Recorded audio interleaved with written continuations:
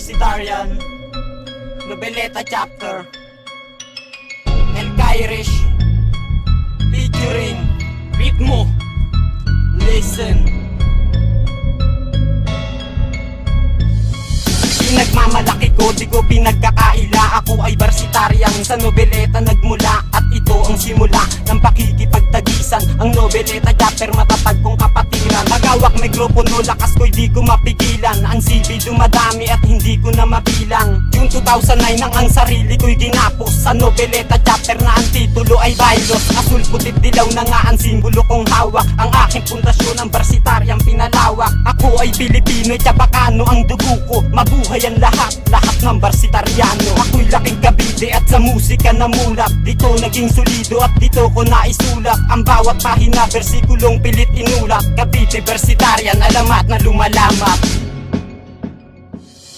I love Cavite Bersitarian since 1960. At nung ako ay napasali, lalo akong tumindi. Kami tiga Cavite na mahilig tumula. Ako yung makatana sa Bersitarian nagmula. I love Cavite Bersitarian since 1960. At nung ako ay napasali, lalo akong tumindi. Kami tiga Cavite na mahilig tumula. Ako yung makatana sa Bersitarian nagmula.